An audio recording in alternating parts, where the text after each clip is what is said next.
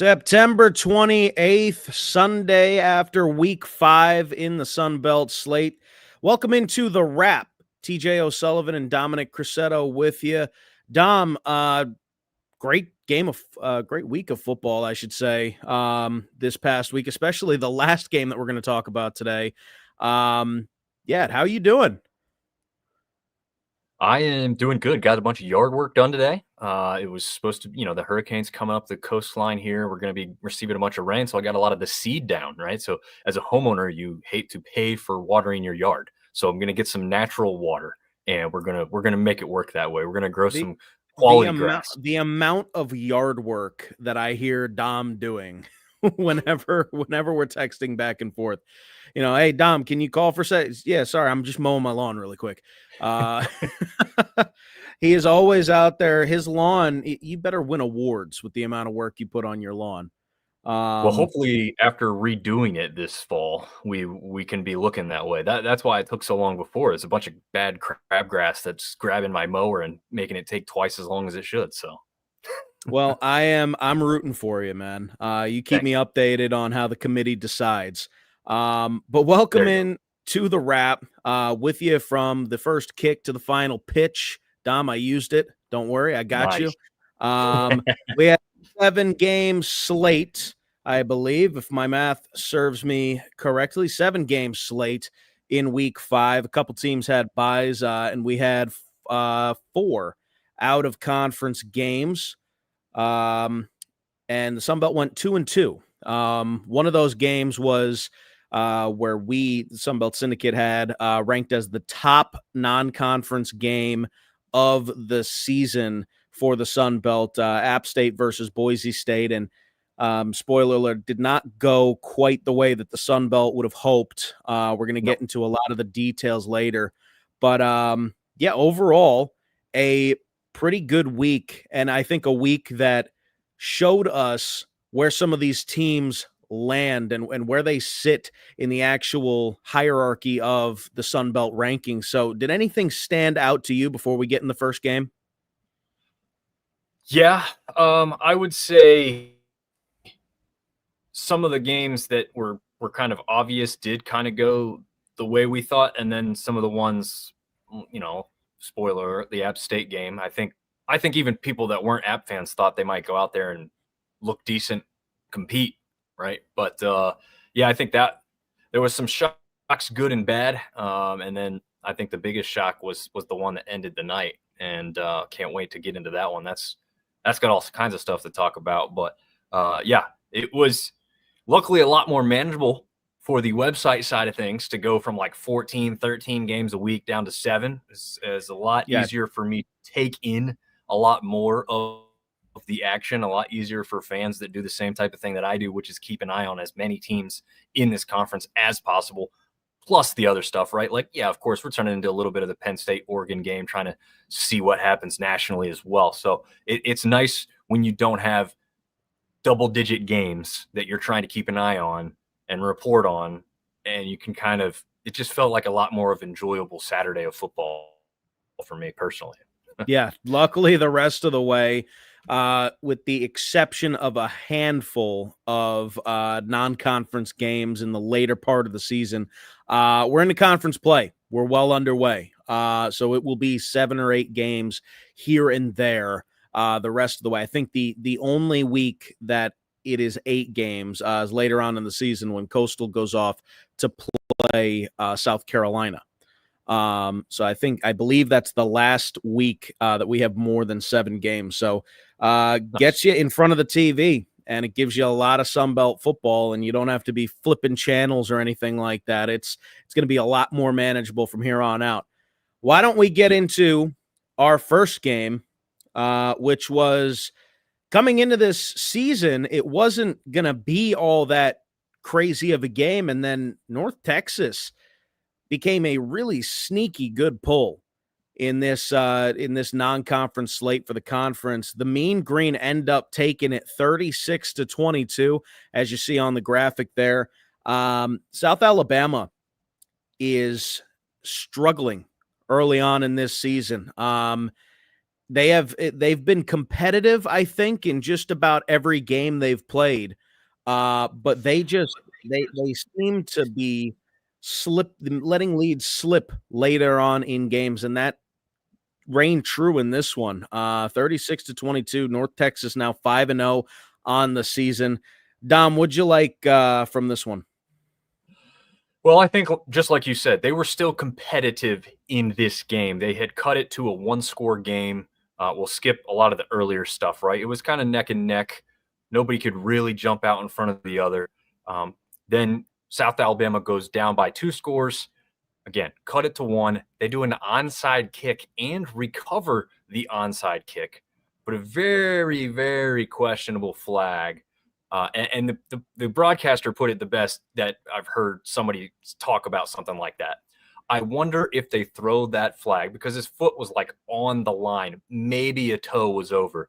But he says, I wonder if they throw that flag if they kick it all the way down the field, right? A normal kickoff, that's probably not flagged at all. They probably never even thought to throw the flag. But because it was an onside kick, they threw the flag. But I'm telling you, even within the replay, I'm like, I don't know if you could convince me that he was actually offside anyway.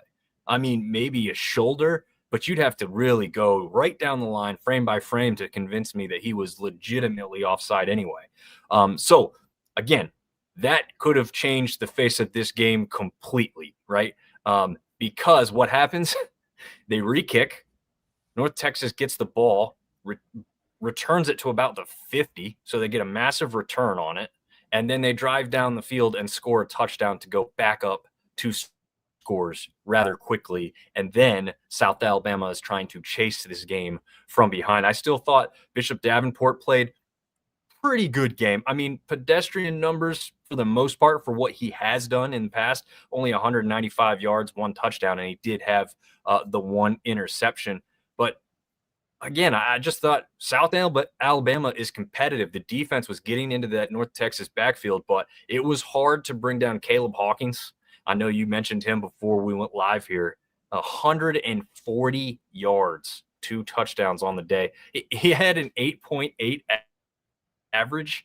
I knew he had over 100 yards by watching the game. I did not realize his average was quite that high. That's pretty ridiculous. And even, like I said, even with South Alabama racking up statistically, what was a decent, defensive performance?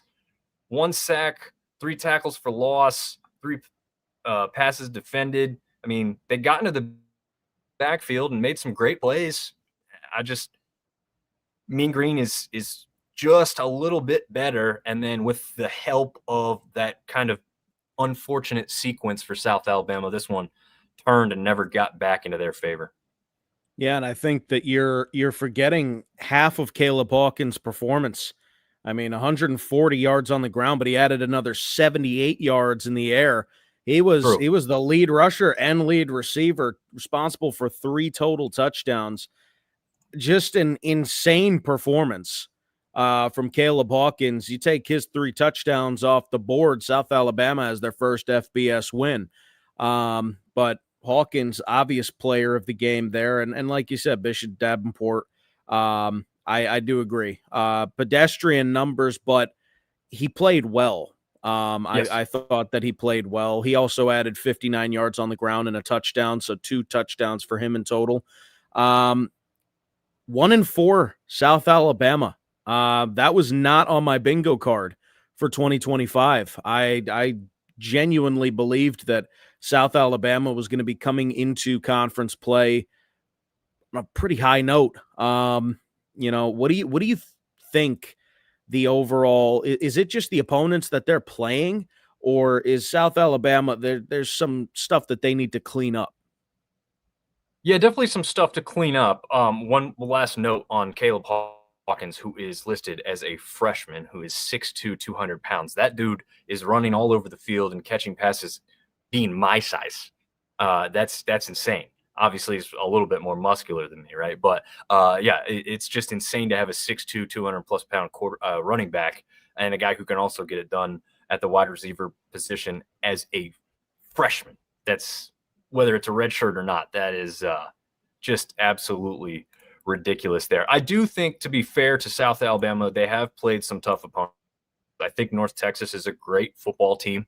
I don't think that this one was one that, you know, they didn't compete in. Like we already kind of talked about that. They were in this game, right, until later in that fourth quarter where it kind of turned, and unfortunate for them.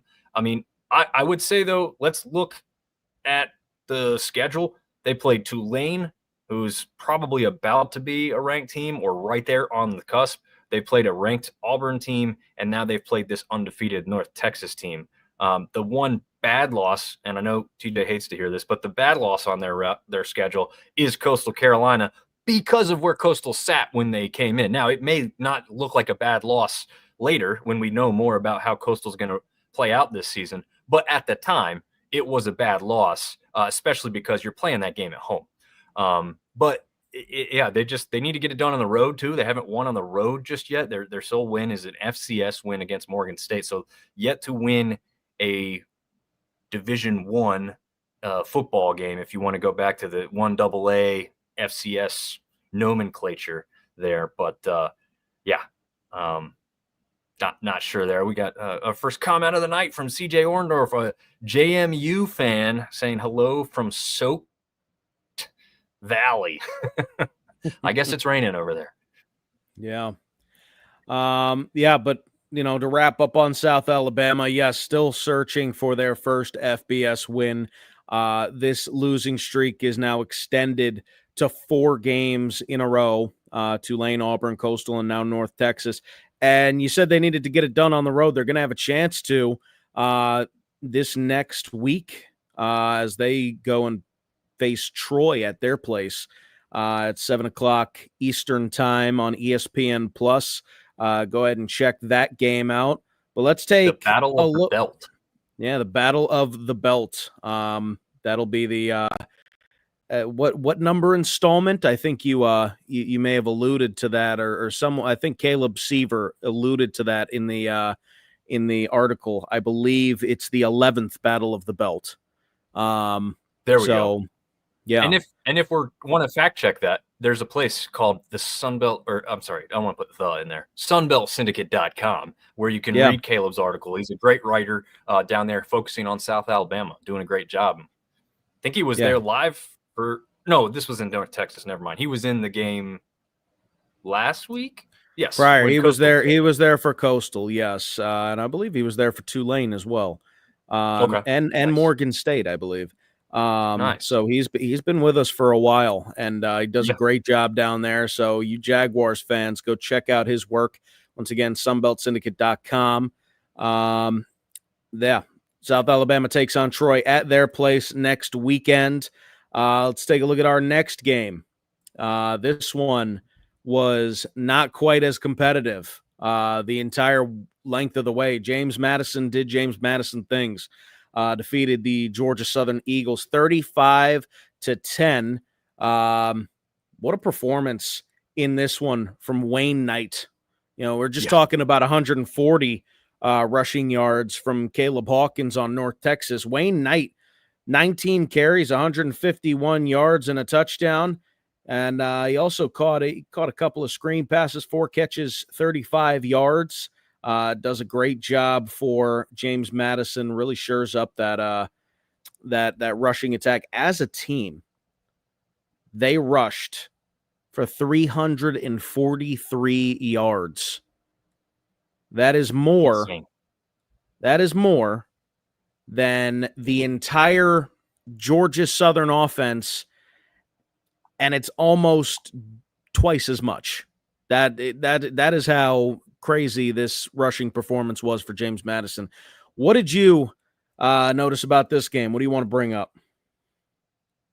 Well, like you said, I definitely noticed Wayne Knight. If you watched the last James Madison game, you also noticed Wayne Knight. He's become more of a feature of this offense as they stick to more of a one quarterback set. Although we did see Sluka a number of times in this game for a couple of rushes, if I'm not mistaken. He went for just two carries for 10 yards. So very pedestrian, right? But when he's just coming in off the sideline like that, just to kind of mix it up.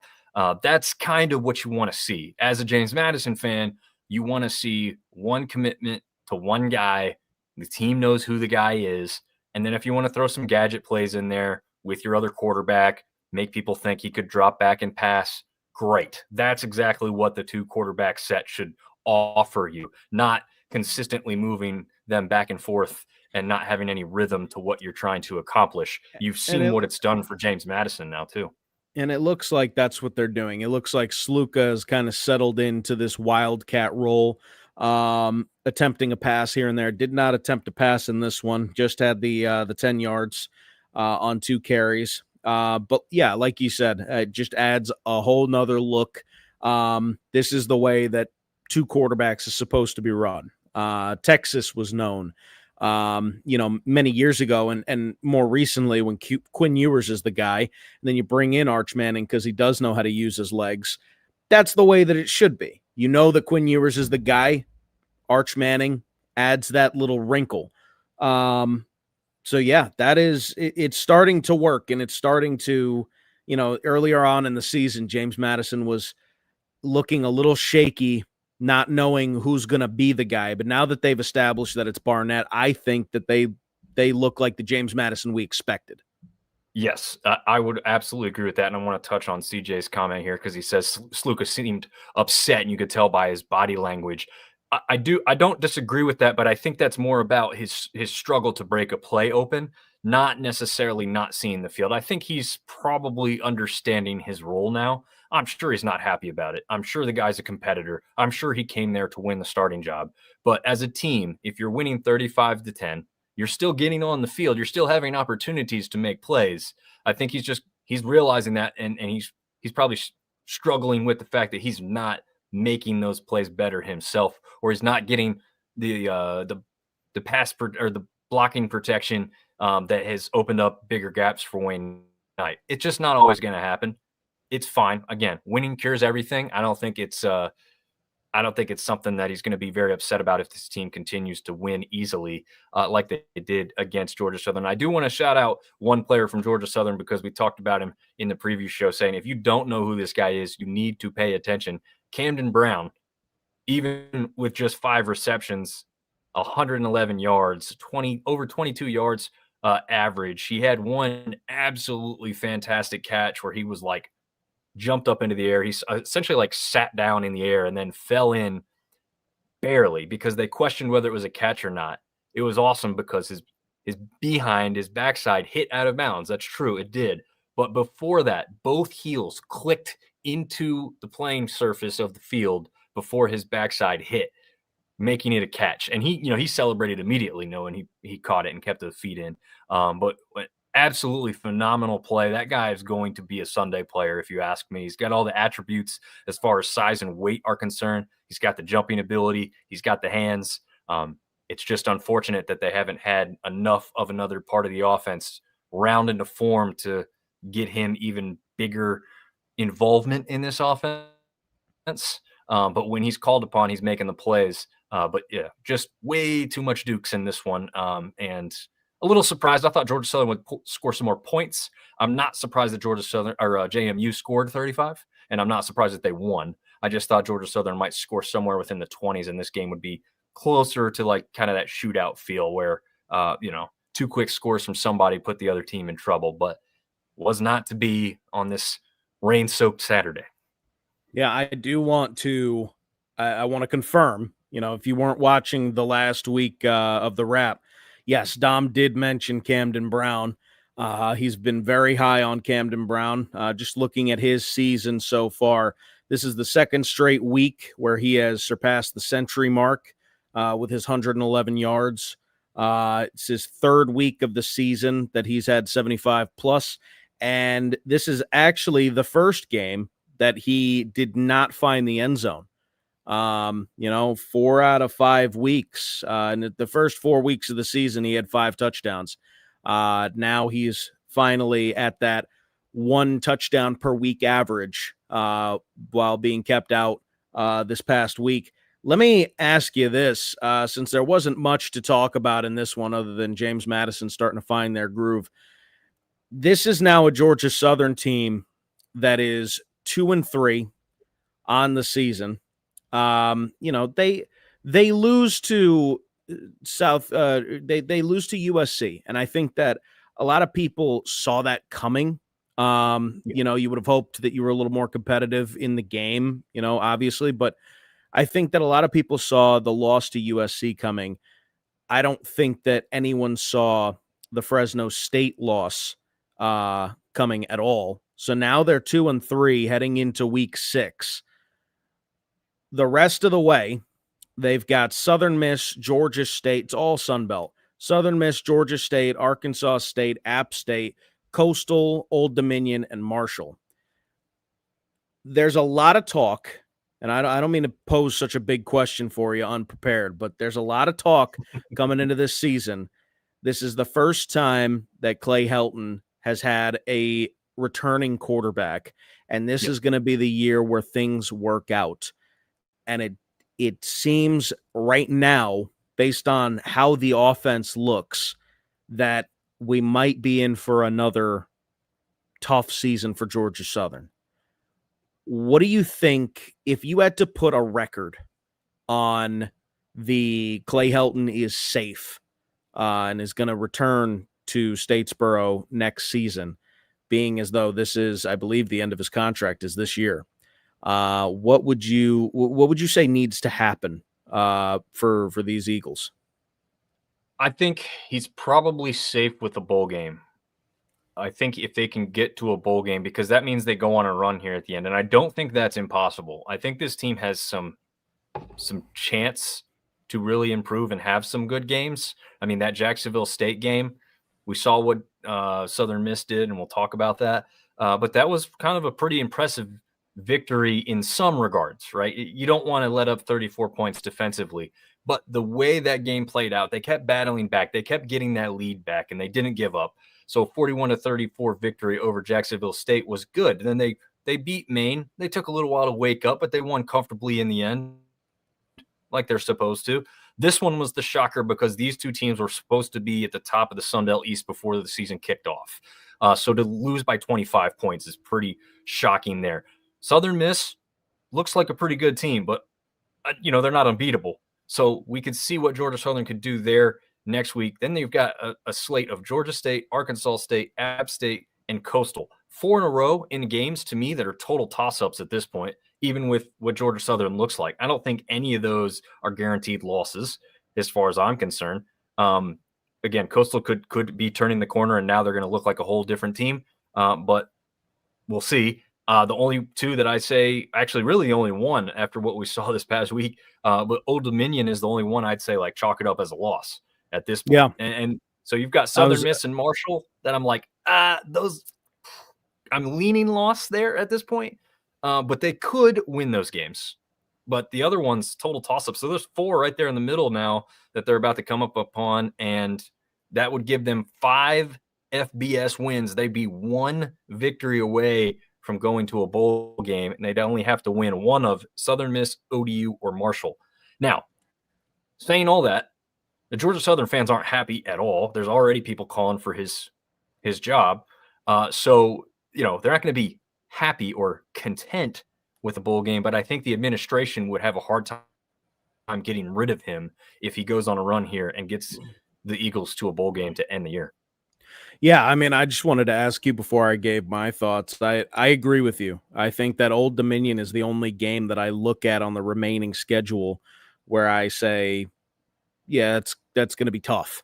I think that the rest are toss-ups, just like you said. I could very well see an 8-4 season. It wouldn't surprise me at all if we saw an 8-4 season. Now, is that going to happen? Yet to be seen. We're going to have to see how they play against Southern Miss. I think that that's going to be a really good test because you've got Georgia State, who has underperformed thus far. Arkansas State, same story.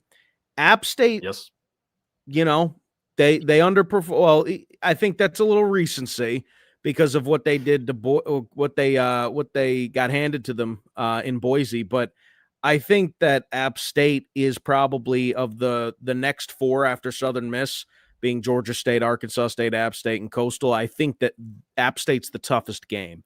And it's the deeper than hate game. So there's a whole lot more to even consider when we get into that. But Georgia Southern has a bunch to figure out. If you were to ask either one of us, I think that's the best way to put it.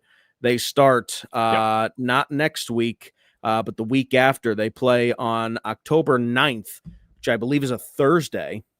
That'll be a Thursday game in the week, not 6 but 7. If I can count, that'd be great. So they'll go back to Statesboro. They will host the Golden Eagles.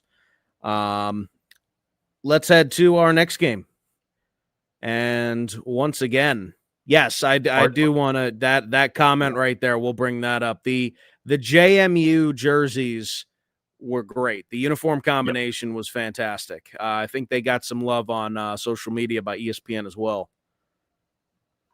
Yeah, I love that look. I like that logo with the dog, with the crown, better than the JMU lettering. I understand the JMU brand is stronger when you spell it out and everyone knows exactly who it is. But as someone who clearly can identify who James Madison is, I like that logo better, right? So, all around great uniform for them to have on. And let's head to this one. ULM taking on Arkansas State, and ULM once again gets the win. This is opening up Sunbelt play for them, so they are 1-0 in the Sunbelt West, a tie for first place early on. I know that it is things are very high in Monroe right now, 3-1 on the season, and this is a team. Once again, I will continue to say until they lose. I will continue to say this is a ULM team that was picked to finish dead last in the Sun Belt West. Dom, what stuck out to you in this one? Yeah, the newly dubbed Rice Bowl rivalry. Pretty cool little feature. I think this is one. I'll go off on a slight little tangent here. We need to go back to rivalry games in rivalry week in college football. This needs to be one. The Rice Bowl rivalry. You kidding me? This, Arkansas State, ULM don't have strong rivals. ULM regionally was with Louisiana, but now we're going to have La Tech come in. We've got Southern Miss. There's a lot of other places that Louisiana could go for that rivalry game. These two are really close geographically to each other with the rice fields in between. Natural kind of rivalry there. I like this. And the other big thing in this one, the first time ULM has won this game against Arkansas State in 15 tries, 15 straight losses until this Saturday. They finally get on top of the Red Wolves 28-16. And the Red Wolves were up 10-0 in the first quarter. And you go, wow, here we go again. ULM just can't beat these guys for whatever reason. But a sloppy game. Both quarterbacks traded interceptions very, very quickly in this game. And it was just kind of ugly up until about halftime, really, to be honest, with some of the sloppy play. But ULM did jump out to a 14-10 halftime lead. And then from there, it was really neck and neck. But ULM was just a little bit more consistent, scoring 2 touchdowns in the second stanza in this one and outpacing the Red Wolves. But it's kind of that same story for ULM. Like, do they have anybody who stands out as a phenomenal 5-star looking guy that won't be there next year? No, they just get it done as a team, and they just continually grind you down until they beat you when the clock is finished. And it's exactly what they did again in this game in Arkansas State. Surprisingly, for a lot of people who thought that they might have their year finally, is kind of in that same position Georgia Southern's in, right? Nick, now are we questioning this coaching staff? Now are we making a move to get somewhere else? ULM's not in that position. They're pretty much within the last 2 seasons in some of the best position in FBS football that they've been in since this program moved up. Yeah, absolutely. As you mentioned, Arkansas State takes a 10-0 lead after the first quarter, and then it is 21 unanswered points heading into the third quarter by ULM to take a 21-10 lead, and they just never looked back. Keeps the Red Wolves out of the end zone the entire second half, only able to muster a couple of field goals. and then they cap it off. The Warhawks do with a touchdown with 5.5 minutes to go. Let's take a look at the box score. I mean, you look at the rushing numbers, and Arkansas State. It's such a disparity. Mhm. ULM, they get a bunch of guys involved. It's 7 different ball carriers that combine for 32 yards, 32 carries, 218 yards, and a couple of scores. Arkansas State, 17 as a team. And granted, 34 yards got taken off by way of sack for Jalen Rayner. But then you look at what Jalen Rayner and the receiving corps did. That's 288 yards in the air for the Red Wolves, and you've got 2 guys for Arkansas State with over 120 yards in the air. You got Chauncey Cobb coming out of seemingly nowhere. The big name's Corey Rucker. Chauncey Cobb comes out, 8 receptions, 126 yards. Corey Rucker, 9 catches, 120 yards. Both of them kept out of the end zone.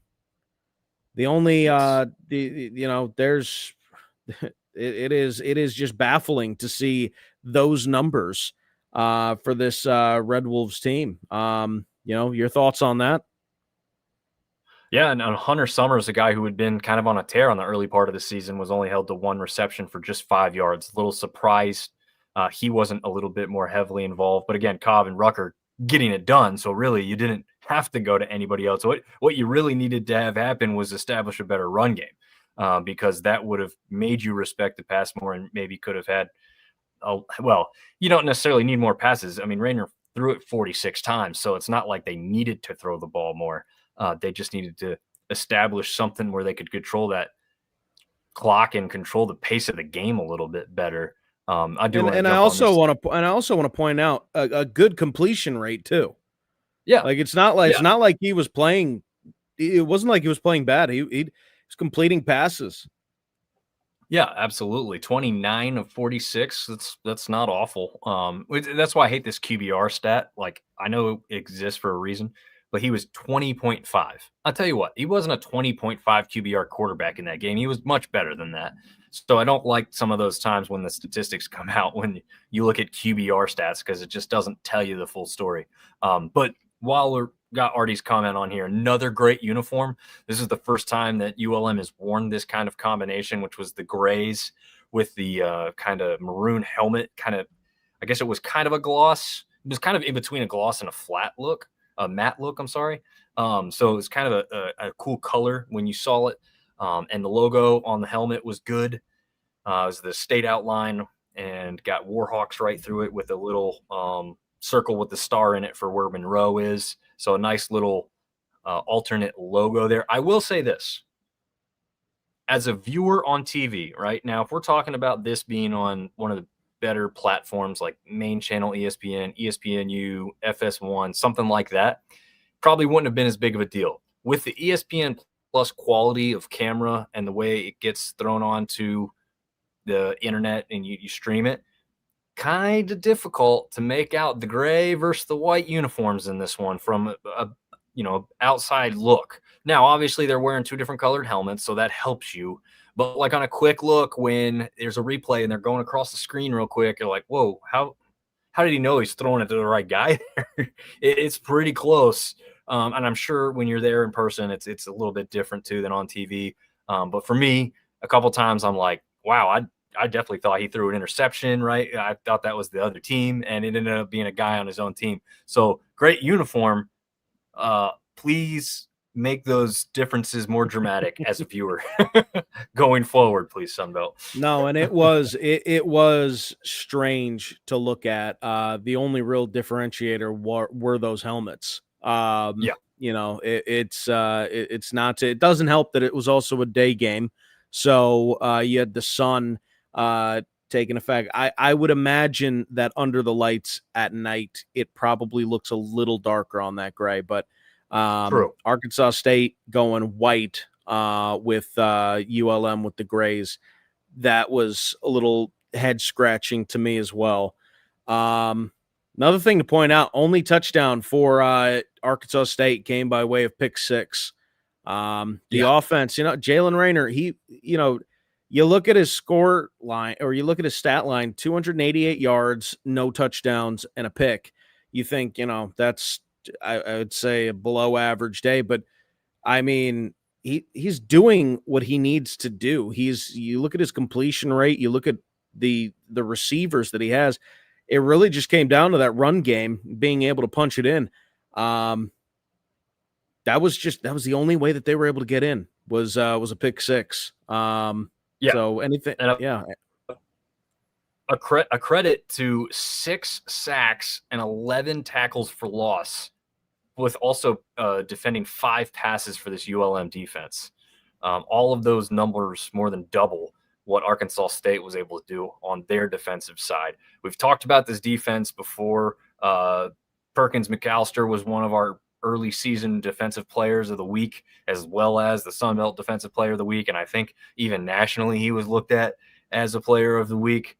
So, they strung a couple more of those guys together. You could go off like the first 5 or 6 names here and remember a lot of their names being called quite a few times on Saturday for being in the backfield. And I want to shout out the two-headed monster that needs to be talked about now for ULM in the backfield with Zach Palmer-Smith. I really thought he might be the starter coming into the season. Braylon McReynolds was really that guy, but they are going back and forth, and it is working. 73 yards for McReynolds, 84 for Zach Palmer-Smith, a touchdown apiece. And these guys aren't just your bruising guys that go up the middle and just grind you away. They're also breaking it outside, as Palmer-Smith went for a 56-yard run, and McReynolds gone for just 24 in this game, but he's broken off some bigger runs earlier in the season. So these guys can go up the middle and gain the hard yardage. They can bounce it outside and beat you as well. Plus Armenta being able to kind of string together a few decent runs. He's not your fastest, most well-equipped quarterback as far as running the ball, but he can get it done, even if they don't really need much through the air, because they didn't need a ton in this game. Yeah. Well, ULM continues a very strong start to the season. Arkansas State, unfortunately, it doesn't get much easier for them. They are going back home next week to host Texas State. So a tough matchup for Arkansas State there. We might have somebody at that game. And then for ULM next week, they've got what is now turning into a very winnable game against a power conference opponent. They are going to Northwestern up in Chicago. Northwestern, of course, they lost in the first week of the season to Tulane. And that has become a storyline where Tulane is now being looked at with some CFP implications now that they had beaten that power conference opponent. ULM's going to get a shot at Northwestern. So 2 exciting games next week for these 2 teams. Let's take a look at our favorite at this point in time, I would think, to win the Sun Belt East if the season ended today. And you had to go based on how the teams looked. I think Old Dominion is your favorite to represent the East in the Sun Belt Championship, and they showed it on Saturday. They defeated Liberty 21-7. Granted, this is not a Liberty team of years past where Jamie Chadwell has a 10-win team on the roster, but this is still a big out-of-conference win, big regional win, in-state rivals. What did you like from this one, Dom? Yeah, this one was tough, as you can see in the graphic for those watching. You can see in the background people heavily decked out in rain gear because this one was nasty. It was sloppy. It rained hard.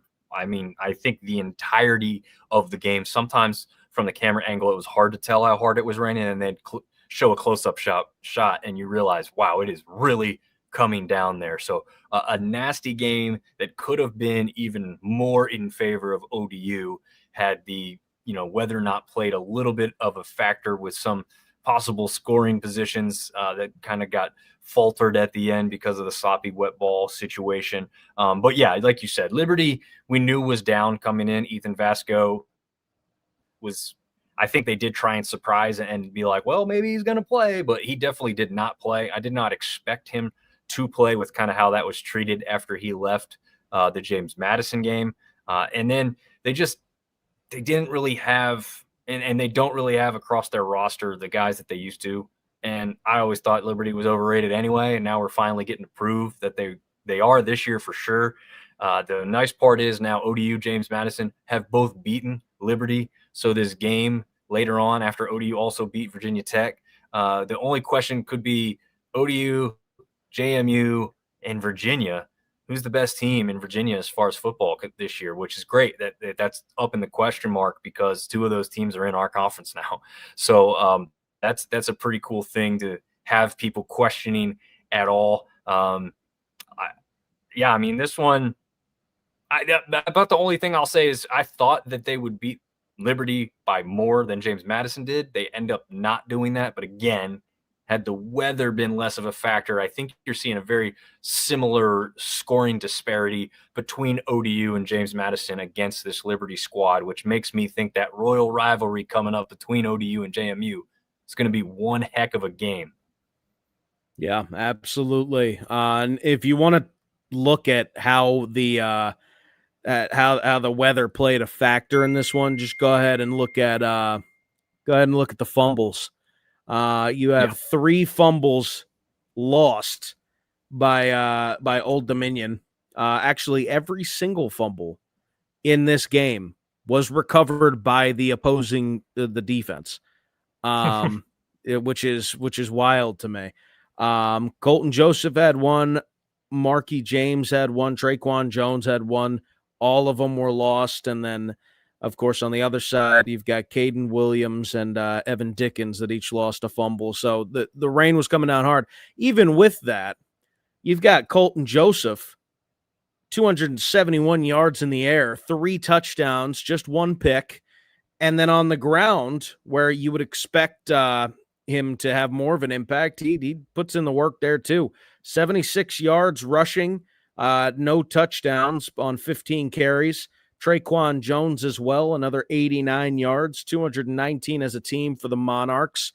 And yes, that is another great point. All 3 of the fumbles within the 10-yard line in the red zone. So just a very untimely time for those fumbles. But Old Dominion got the job done. They jump out to a 14-0 halftime lead. After a scoreless first quarter, both teams kind of like feeling their way through the rain. Liberty unable to get on the scoreboard until the third quarter, and it would be the only time that they do. I think it's time, though, that we need to start having some very serious conversations about Colton Joseph winning Offensive Player of the Year. It is now, before, you think, oh, well, maybe, he's a dual threat quarterback. Very cool. Now he's doing it consistently. It's not a fluke anymore. It's 4 straight weeks. It's a third of the season for Old Dominion. Colton Joseph's the real deal. And he is, in my opinion, by far the front runner. No, there's no doubt about it. I have him as my front runner as well right now. We kind of know he was going to be there regardless, even after just the short spurt that we saw out of last season. But the question was, and we know how these awards go, we talked about this before, you still have to be a great player on a good team. You don't have to be on the best team, but you've got to be pretty close. So you can't have Colton Joseph putting up these kind of numbers and have ODU sitting at, 2-2, right? Then he's not going to be in the conversation. What even he should be, but you know how it works. He wouldn't have been there. So with them sitting over there at 3-1 instead, obviously it's an easy conversation to have because everyone's probably going to mostly agree with it right now. But he's also getting some help to help him take some of that workload off that he put on his shoulders a little bit more last year. Traquan Jones has come in and been a dominant runner for them as well, so that Joseph doesn't have to carry the ball quite as much, doesn't have to take so many of those hits that he took last year when he was carrying the ball. Ja'Cory Thomas is really starting to stand out as a wideout because we kind of questioned who that was going to be. That was what I didn't know coming into the season. A lot of unknowns at the wide receiver position. Joseph was going to have to develop and continue to improve his game there. And obviously a guy like Thomas is coming in is really helping him do that. Yeah. Let's take a look at Ja'Cory Thomas in this one. 5 catches, 114 yards, 2 touchdowns. 2 of the 3 touchdowns for Old Dominion belong to Mr. Thomas. This is his 3rd straight week of 80-plus yards. His first week against Indiana, as we know, that was Colton Joseph's game on the ground. With I think it was 176 rushing yards, if I'm thinking off the top of my head for Colton Joseph. So not a whole lot getting done in the air against the top 20 opponent. But then against North Carolina Central, Virginia Tech, and Liberty, 86, 83, and 114 yards respectively. So yes, Thomas is he's truly coming into form. And G. Wills, yes, all of those uncertainties at receiver have been getting answered. So I did want to make sure that we shouted out Ja'Cory Thomas. Another big performance from Trey Brown. Trey Brown, 4 catches, 81 yards, 271 as a team, of course, in the air for Colton Joseph. And you had 6 different guys catching the ball. 3 guys with 4 more catches. So he's spreading the ball around. And like I said, he's still getting it, Colton Joseph, and he's still getting it done on the ground. 15 carries, 76 yards. Colton Joseph, 4 Offensive Player of the Year, a third of the way through Old Dominion's schedule. I don't think it's a question.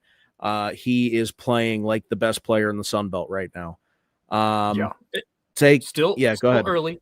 So still early. Some people could jump up, but I think you're right. I mean, I think if you had to vote right now, I don't know who you'd put in front of him. I don't know who you put in front of him. And he's going to get another chance next week at home, back in Norfolk. Chanticleers are coming to town. This is going to be, I think, a true test. First Sunbelt opponent. Not a test in the sense of, Coastal's going to be a difficult win for Old Dominion, or, based on how they both look right now. Any team can beat any team on any day, but I think that this is the true test of where do they sit in the conference. You've beaten Virginia Tech, you were competitive against Indiana, and you beat Liberty pretty handedly as well. How do you look when you go up against your peers? That is where I think this game against Coastal is going to be very important for the Monarchs. That's what they've got going on next weekend. Let's move to the next game. Well, before you do that, yeah, go ahead. I want to shout you out off the top of your head. You were only 3 yards off Joseph's week 1 rushing total, which was 179. So kudos to you for being so darn close. That was just had to flip carries. It around. There you go. In the words of Aubrey Drake Graham, flip the 6 upside down. It's a 9 now. I don't know if you saw. I don't know if you saw the reason. No, the reason I did. We're going to take a tangent here because I do have the cup here. This is a Syracuse cup. Steve Angeli, before he went down with the injury, Notre Dame transferred to Syracuse. He's number 9 this year, and he was at that point in time leading the nation in passing. Last year, as we know, Kyle McCord was number 6 for Syracuse, and he led the nation in passing throughout the entire season. So they did a really funny thing, shouting out Angeli. They said, turn the 6 upside down. It's a 9 now. They just played that song in the background. So that is why that was on my mind. That's why I'm not a genius or anything like that. But that was fun. That is good. This is great. Useful Spark 977. I haven't seen this name yet, so this is cool to have a new comment. I can't wait for the most sicko Sunbelt Conference Championship game between Old Dominion and ULM, which would be a Week 10 rematch. I'll tell you what, we've been following this conference, doing all this stuff to keep up with it and keep everybody up to speed. I still think that'd be a great game. I think I'd be looking forward to that. As of right now, those are I think you've got ULM and Texas State. I think are like the two best teams in the West. Old Dominion, I think it's really it comes down to four teams at this moment in time.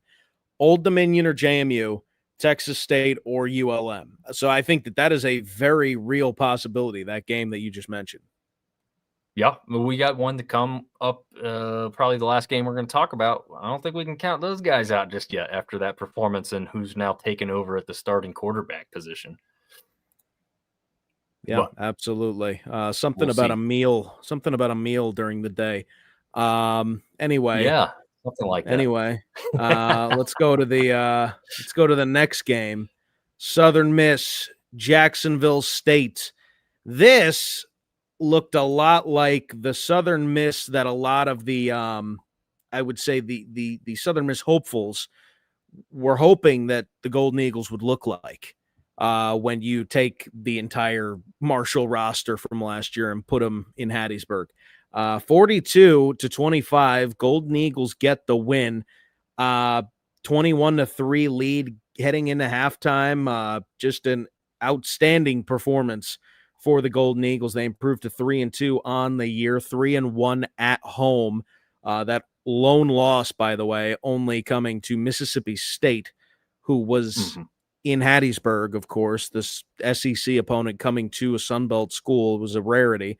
What'd you like from this game, Dom, other than just outstanding performance? Yeah, I mean, this one was one where Southern Miss got up quickly, early, and they just really never looked back. I mean, at most, you thought Jack State, like, I guess, came on a little bit stronger in the end, if you want to say that. I mean, it really never got all that close. It never felt all that threatening.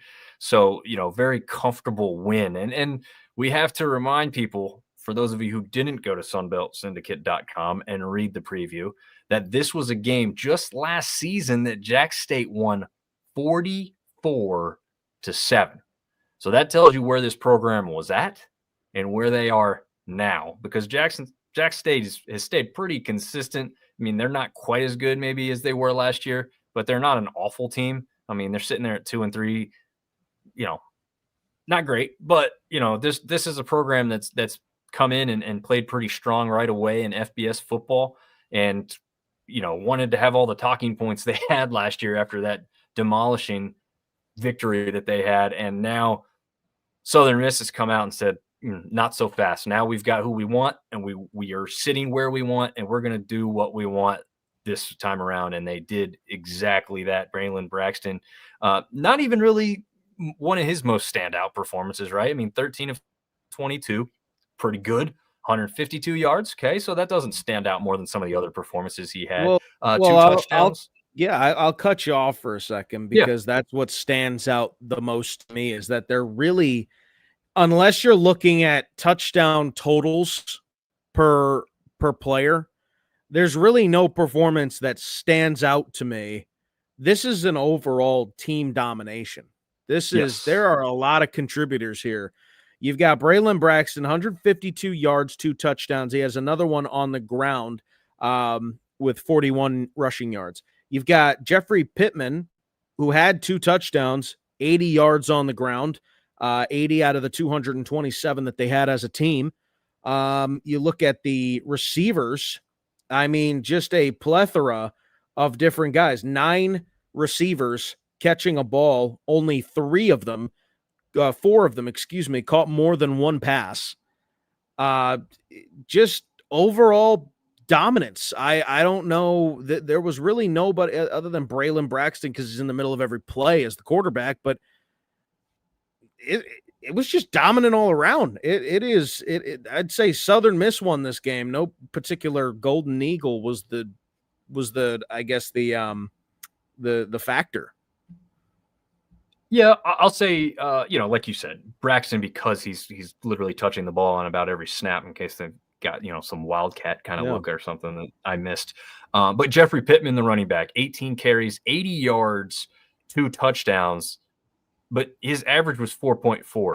So you give him the ball 3 times in a row, you're picking up a first down like rather easily, right? So it's not the most flashy, the most sexy runs that he's breaking out, 40 yards, 35 yards. He did go for a long 25, but he's just getting it. Kind of like we'll talk about in a minute, but like Dominick for App State, not necessarily the flashiest big long runner, but he gets down and dirty right up the gut, and he's going to continue to grind away and get you hard-nosed yards all the time, and that's what he did. Carl Chester, their wide receiver who was been their all-everything guy, like you said, 1 reception, just 13 yards, but he did have a touchdown, right? So, like, even though he's not a huge factor all throughout the game, he still got on the scoreboard. Like you said, it was really just consistency all the way around, and it helps you see where this program is headed very, very quickly. And again, how a lot of people at Southern Miss, I think tentatively were looking forward to, and a lot of people didn't want to get too high too quick. I think you could start getting a little more excited now, Golden Eagle fans. Yeah, I agree. And it's interesting that you said that you pointed out Jeffrey Pittman, 4.4 yards per carry on the ground. You look at all of their rushers. Braylon Braxton, surprisingly, with his 12 carries, 3.4 yards per carry. That's the lowest on the team out of the, 5 people that recorded a rush. Every single player that recorded a rush is staying ahead of schedule on 3 downs. They're you could give them all 3 straight handoffs, and you won't see a 4th down. That is kind of crazy to me, as in terms of looking at how this rushing attack did as a unit. There was nobody that was really, you went to them and they weren't able to get it done. Every single person that recorded a rush, they had success on Saturday. Yeah, absolutely. Another successful thing. Ian Foster gets yet another pick 6. We know he had that big long one against App State. This time around went for 49 yards before he got into the end zone. So not quite a 99-yard variety. So it's such a letdown there, but he still gets to put 6 points on the board. And Josh Moten, another transfer from Marshall, gets his first interception on the season. So even the defense is, again, spreading it around, getting it done all over the place. So just a great performance that included 4 sacks, 8 of them for loss. It was just a solid thing. There's not much to say. I mean, like, just congratulations to the whole team, because it was just phenomenal outing against Jack State. Yeah, absolutely. I totally agree. As we mentioned, Southern Miss heading to Statesboro, take on Georgia Southern, not this weekend, but on the next Thursday, October 9th. So they'll have a weekend off to prepare for that. But like we said, they improved to 3-2. And now I think you can start to get excited, as you said, Charles Huff, starting to figure things out with the new program. Now, let's take a brief moment. Let's take down the graphic, just you and me. Have a little heart-to-heart for a second. So I know that this next part's going to be a little tough for you. I just wanted to let you know that I'm here for you. I just, I wanted to make sure that we had this talk. No profanity. We keep it PG here, right? Yeah, we try to.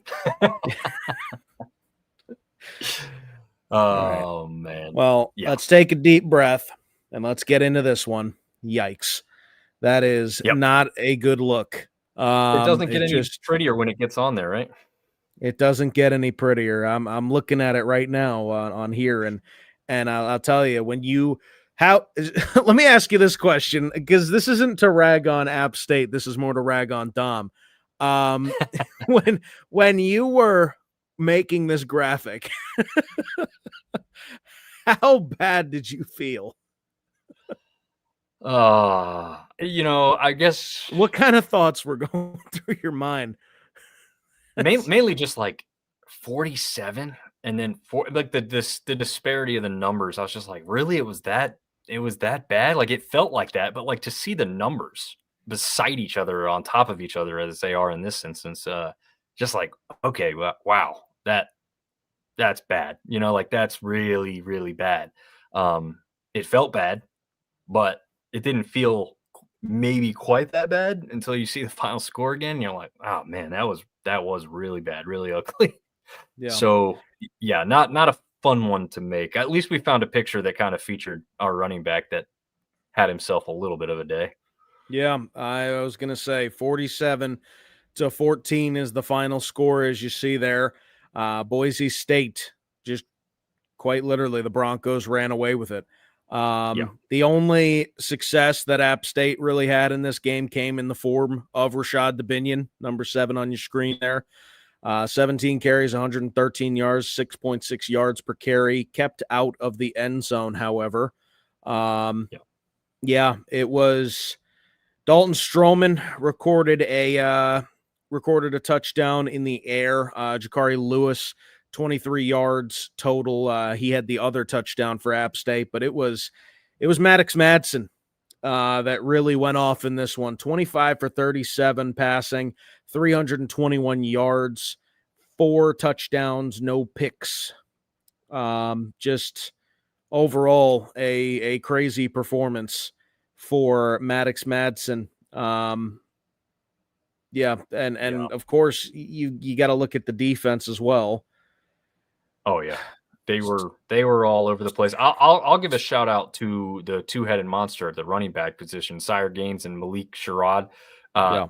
Neither one of them go over the century mark, but look at that per average on the carries. 5.8 and 5.4 every time they touch the ball. They're grabbing over 5 yards. Hard to win when you're allowing the opponent to continually beat you on the ground. App State got themselves into a number of third and manageable positions on defense, but then they would just do just enough to get that first down, keep the drive going, just kind of you could just see the body language start to go on occasion. Just, oh man, like we stopped them nice. We even had a decent loss, like a tackle for loss on second down, and backed them up, and they got the first down yet again. So it was just kind of demoralizing in that facet of the game. And you talk about Madsen having just a great game at the quarterback position and hitting some wide receivers. Caples felt like he was a man possessed there for a while. Somehow didn't go over the century mark. It felt like it. He had a long of 34, 84 yards total, but he did have those 2 touchdowns. So just a great game there. I mean, listen to this statistic. App State as a team, 65 yards through the air after coming into this game 3rd in the nation in passing offense per game. Like, I'm dumbfounded by how badly they performed through the air. And part of that is a credit to Boise State's defensive front for getting into the backfield, causing disruptions, not letting them set up, not letting AJ Swan have enough time to look down his receiver. The other TJ, Mr. Corman, for the preview show, let me know as a former quarterback himself. He's like, this is bad. What he's doing because of the pressure and because of his just choice he's making, both combined, was this bad fundamental football because he's having to lock on his first option at wide receiver and he's throwing it right to him every time because he doesn't really have any other choice. And that was exactly what happened on that first pick 6. And that's also what causes you to go down 14-0 very quickly and feel like, oh man, here we go. The bye week was supposed to help with this, take better care of the ball, get our team in better position, and we're doing the same thing over again. So frustrating to watch, and just really didn't get any better throughout the entire evening up there in Boise, Idaho. Yeah, I mean, you've got 2 pick 6s in this one. I believe if I'm reading this correctly, because I did not watch all of this game, but you had a scoop and score as well. Yep. Yeah, just a tough, very, very tough Very, very tough outing for the Mountaineers. Just overall, you went into a lot of it. Is there anything else you want to say about this game before we head on to the next one? I mean, I'd just get a little more detail, but not too much. Jaden Barnes had one really hit him in the chest, hands that he definitely should have caught. Should have been a first down very early in the game. Didn't receive another catch the entirety of the game, so he actually didn't have any receptions for the entire game as he came in as one of the leaders in offense per game average again in the nation. Isaiah Cummings, I think, is a little bit of a bright spot. He's a big tight end. Came in, got 3 receptions, just 20 yards. But when he touches the ball, he feels like he's going to get more. He's a big guy. He's hard to bring down at that tight end position. So let's see if he can mature within the offense.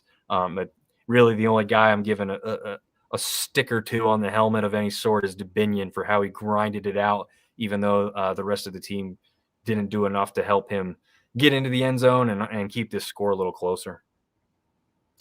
Yeah, absolutely. After the 2-0 start, App State loses the last 2. They are 2-2 on the season, and now they will go back home to Boone to take on the 0-5 Oregon State Beavers. Oregon State looking for their first win. App State looking to right the ship. That one should be a good one. Power conference opponent that App State has a chance to do something with. That game Are will be. Are they really a power conference opponent though? No, I guess not. They're in the Pac-6. Yeah. Yeah, so I guess not anymore. October 4th, that's when the game is, 3:30 p.m. on ESPN Plus. Check that one out as App State heads back home for Oregon State and then their Sun Belt Conference the rest of the way. Yeah, we'll have 2 people at that one, TJ. 2 people at that one. Yeah, absolutely. And now let's get into the main event. This one was a thriller. Marshall and Louisiana, a rematch of the Sun Belt Conference Championship just a year ago. We had said, how much appeal does this game actually have at this point? Louisiana struggling early on in the season, Marshall struggling because most of their roster from last season currently lives in Hattiesburg. So, it's this game lost its appeal, and I got to tell you, it delivered in more ways than one. In every single facet of the game, this game delivered. Louisiana gets the win in double overtime, 54-51. We had Torrey Trahan at the game. Just a fantastic game that was tied heading into halftime and, of course, went to overtime. Just give me your first reaction to this the absolute thriller. Well, I mean, thank goodness, right? I mean, we had just one of the most awful championship games we could have had last season. A real big downer. I think it actually would have felt a little bit more lively and better had it been in Huntington, right? Like had Marshall done that at home in a championship game, at least the atmosphere would have been better, right? But you had this one on the road, so it was tough to kind of watch and really even get all that excited for because just the atmosphere wasn't there. This one was the total opposite. You've got, I mean, first of all, look, you've got the Christmas colors, right? You're green and red already. You got the white mixed in there. It's just like on the eyes, it's something that just completely draws you in. Both schools wearing phenomenal jersey combinations. The all red for the Cajuns is kind of a signature, but it just looks good out there on the field. It's, very recently redone with new turf and the Lord of Our Lady of Lourdes Stadium. And then Marshall with the phenomenal new look with, I think it was all white with the green helmet. Green's one of my favorite colors, so I'm definitely partial to that aspect of it. But again, like you said, TJ, this game was tied at halftime, so you're already immediately in a much better game than we saw last December. And then you have what looks like a Marshall victory yet again. And then Lunch Winfield gets the ball, and it was lunchtime because the guy just lit it up all over the field. I've been clamoring to see him more ever since I was told about him. Really 2 seasons ago. He was coming in, and we knew he wasn't going to see a lot of time as a true freshman, but this is a kid who had put up statistics better than some guy named Arch Manning in high school and played at a better level within the state of Louisiana than Arch Manning in high school, but obviously doesn't win the award. As I kind of alluded to earlier, you got to have, be on a good team and all this stuff. I think they were both on good teams. I think it was the name factor that helped Arch win that award over Lunch. But this is a guy who can get it done, straight up get it done on the football field. And here's the biggest thing, right? His talent has been known. It's just whether they were going to give him the real shot he needed. But one thing he did in the background that I've seen evidence of is he's won his teammates over. Like when he was the guy, when he became the guy in this game, they were ready to go already. As soon as he was the dude, they were ready to follow. They were ready to see him and help him with success in this game because they love this dude, the work ethic he puts in, the plays he can make, and we finally saw him get to put it all together. And man, there's no choice for Desmo going forward about who's going to be the starting quarterback down there in Lafayette. Well, let's take a look at this this stat line for Lunch Winfield. So Daniel Beal comes off after 7 and 15. He throws for 72 yards, 2 picks. Not a great game for Daniel Beal. Lunch Winfield hits the field. We're gonna have to fix that. Lunch Winfield comes in 125 yards in the air, 2 touchdowns, average 9.6 per pass. Okay, so that's pretty good when you consider he played about half the game. Yep. On the ground, 13 carries, 129 yards, 3 touchdowns, nearly 10 yards per carry. What a performance by Lunch Winfield. 5 total touchdowns, 254 total yards of offense, no picks. I think I already said 5 total touchdowns. Anytime that he did anything, if he passed, he ran it, it was over 9.6 yards. It was just electric on the football field. You've been campaigning for him. What do you got to say about his performance in particular, other than, what you've said already? Just walk me through what you saw him do on the field. Yeah, I mean, he was just a lightning rod, right? You look for that guy who you give the ball to and can make a play, and that's I really can't state it much more than that, right? Like he was the guy you wanted to have the ball in your hands. A couple of those touchdowns he threw, they weren't just like, okay, he gave it to the guy and the wideout made a couple juke moves and got into the end zone. No, he was dropping dimes over the shoulders deep into the end zone. The receiver ran the route correctly, but he threw the ball only where it could be put for them to make that play. So this isn't just like, oh, okay, short screen pass and the guy walked into the end zone for a thrown touchdown, but he went 4 yards. No, these were phenomenal throws and tosses. I don't know why he wasn't given this kind of opportunity sooner. From what I had heard, again, 2 seasons ago now at Sunbelt Media Days, Coach Dez lit up when I talked to him about Lunch and what he meant to the program. He kind of talked about Lunch more than he talked about the other starters coming in. So he's wanted this kid to succeed. But whatever reason, he hasn't been given that full shot until they were down in this one. And now he's going to get his shot going forward because he's earned it. And there's doubt he's earned it. He's going to be the starter moving forward. Yeah, there's no doubt. He all but said that in the post-game press conference. Of course, you're going to get the coach speak where he says, well, we're gonna look at it or whatever he said. I think he had a big smile on his face and said something about like he's not going to give me much of a choice. So at least we're hearing that he's very much on the side of Lunch, getting the starting nod and being that guy. And hey, they've been looking for something like this ever since they started their downturn. It's the beginning of the season where Walker Howard goes down early. It's here. This is your opportunity now, right? You've got this big win to start your conference play. Keep it rolling and keep this momentum going. This is what the Cajun fans have been hoping for and wanting to see. And it's here now. So take full advantage. And I'll say this, we haven't talked really about the Marshall side of things.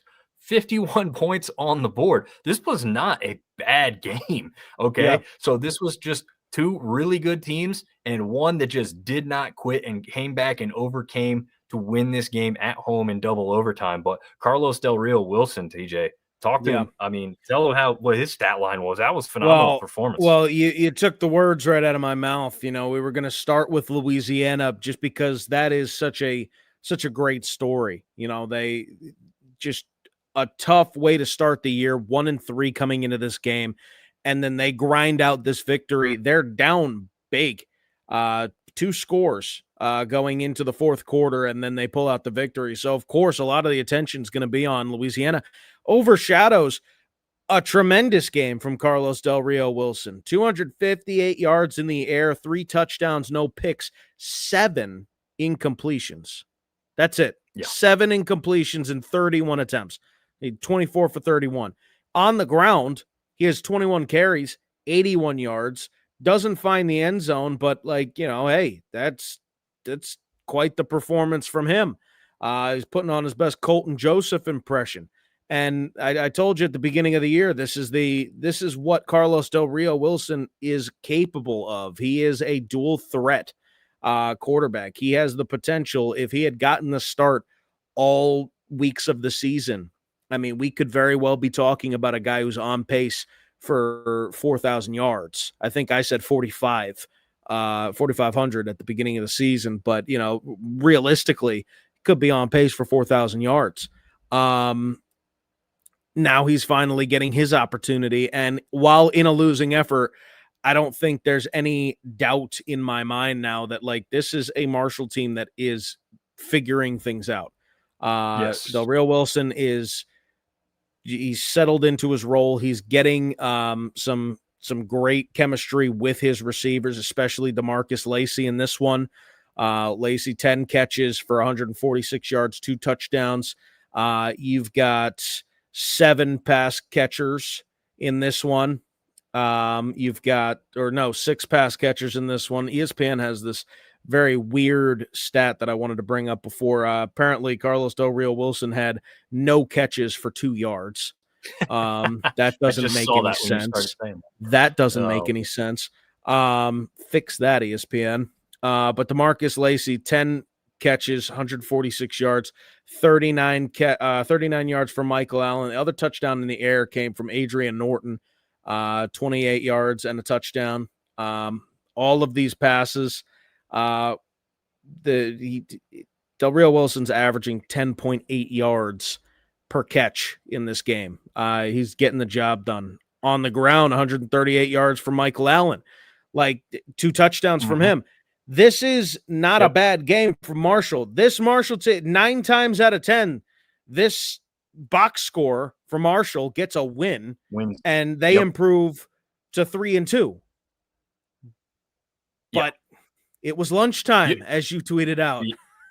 It was lunchtime, and you know what's great is when you said Carlos Del Rio Wilson is a true dual threat. I'd say he's a triple threat. There was a play in this game where he hands it off to his running back, who was probably Allen. I don't know exactly if that was who it was. But anyway, they're about to go into the end zone, and Del Rio Wilson runs ahead of his running back and delivers like a tight end block to a defensive end, because only Carlos Del Rio Wilson can do that at his size, like a Cam Newton style big quarterback. So he throws a huge block and helps spring his running back into the end zone. And it's I think even whoever tweeted that out was like, who does that as a quarterback? I mean, just takes the lead block and delivers it. Quality one, right? This isn't just hey, I'm gonna push him. I'm gonna try and knock him out of the way just a little bit. No, he knocked him good. And I mean, like you said, this box score is nothing to be ashamed about for Marshall fans. The one thing that they're harking on, and it could be a disparity. I haven't gone back to watch every play of this game and see every foul, but during regulation, because there was a penalty against the Cajuns in overtime, I believe, for on the kicking on one of the field goals. But in regulation, 0 penalties called on the Cajuns, 10 penalties thrown on the Herd. So a pretty big disparity. Again, until I get to go back and really watch this game in full, I'm not going to know if that makes sense or if that's something that needs to be looked at a little bit, because that is a pretty big disparity. However, having been an official in the past, yes, you sometimes have games where one team's just kind of out of hand, out of pocket, and the other team's playing pretty fair. It does happen. I know a lot of people like to see 7-5 in penalties, so it's kind of fair. It's not always fair, but again, until I see everything with my own eyes, I'll keep my judgment away from that, because I'm not just going to blindly agree that there were 10 and 0 on the other team until I can put my eye test on it for Well, myself. I think regardless of your eye test, you're going to have a whole bunch of Marshall fans saying it was unfair, and a whole bunch of True. Raging Cajun fans saying that it was it was the greatest officiated game that they've ever seen in their lives. So, Yeah. regardless of that, I mean, if 10 penalties makes you lose by 3. I think it's a great game by both sides. You can make your arguments, and they're probably valid arguments. I haven't seen all of these plays either in question, but just a great game. Lunch Yeah. Winfield, Carlos Del Rio Wilson put on a show. Double overtime thriller. Raging Cajuns starting to figure some things out, as are the Herd. For both of these teams, for Louisiana, next time out, they are at James Madison. That will be on Saturday. And then, of course, for Marshall, next time out, they're going to Old Dominion, or excuse me, they're going home to face Old Dominion. So, couple That'd be a of good one. really good games, especially coming off of this one. Marshall heading into Old Dominion. This is the kind of performance you want. And it's also I would say the scenario that you would want heading into that game. Old Dominion, big time opponent this year in the Sun Belt East, and you're just coming off of a heartbreaking loss where you played really, really well. That is the Marshall that's got some upset heat, I think. That is a big game to keep your eye on. So yeah. Yeah, the the rivalry game there's a movement to get it called the Battle for the Gavel, because they have some founding fathers that are, the reason their institutions are named the way they are. So Battle for the Gavel, for people who like those name games between Marshall and James Madison coming up. That one Mhm. that one could be really good, really underrated at the early part of the season. Here's a trivia question for you. Who's Marshall named after? Is it Thurgood Marshall? I think it's Thurgood Marshall. Good. You know your American history. Nice job. All right. Saturday, October 4th. You can take the graphic down. We'll go through the slate one last time. At 3:30, we get a late start for Sunbelt play. ULM at Northwestern at 3:30 on ESPN Plus. This is all Eastern time. Oregon State traveling to Boone to take on App State at the same time, as is James Madison heading to Atlanta to take on Georgia State. 4:00 Eastern, Texas State heading to Jonesboro to take on Arkansas State. And then you've got at 6:00 Coastal Carolina, Old Dominion in Norfolk. And then at 7:00 Eastern to the nightcap, if you will, for Sunbelt play, South Alabama at Troy. What game do you have circled on your list, Dom? And I know you're Well, going I'll to be talk one about it throughout this week, but Yeah, the one I'll be at, obviously, Oregon State, App State, but a lot of luster lost right before. A lot of App fans were like, "Oh, that's our shot." Like you said, kind of a team that used to be that power team. You can debate whether they really are or not anymore, but they're winless. and App State just got hammered. So that game lost a lot of luster for me. So I'm going to go with the Battle of the Belt and look at South Alabama and Troy. That's always got a lot of heat. They hate each other. It's what makes college football great. So that is the one that I've got marked as the most interesting and most kind of important within the Sun Belt for this coming week's action. I got to tell you, I mentioned it before, but I think ULM Northwestern, ULM's got a shot here. ULM has a very serious shot here. If ULM can pull off this win against Northwestern, I think people need to start circling the Warhawks if they haven't already as one of the favorites to win the West. And, I know that we were joking before, Old Dominion versus ULM, the Sicko Sun Belt Championship or whatever. That's such a real possibility, though, and it's just a year ago. It would have sounded like a foreign language coming out of your mouth. Yeah, ULM, if they can pull off this win and go to 4-1 on the season, they're going to be really good. Yeah. And I just don't think Northwestern's a great football team. Should they be favored? Probably, because they played an Oregon team within 20 points, which that's not great, but it's not bad, right? I mean, Oregon's blown people out by a lot more. So yeah, we'll see. I mean, Tulane beat them by 20 points too. So I don't know. I mean, an Oregon team that just beat Penn State at their place on the whiteout game. That's it's a team to watch. I think. I think within 20 points to Oregon, Northwestern is a team that you should be concerned about. 2-2, just concern, not fearful, but concerned. Right. But ULM is in a really good spot, I think, heading into this one. Any comments that we should address really quick before we head out of here?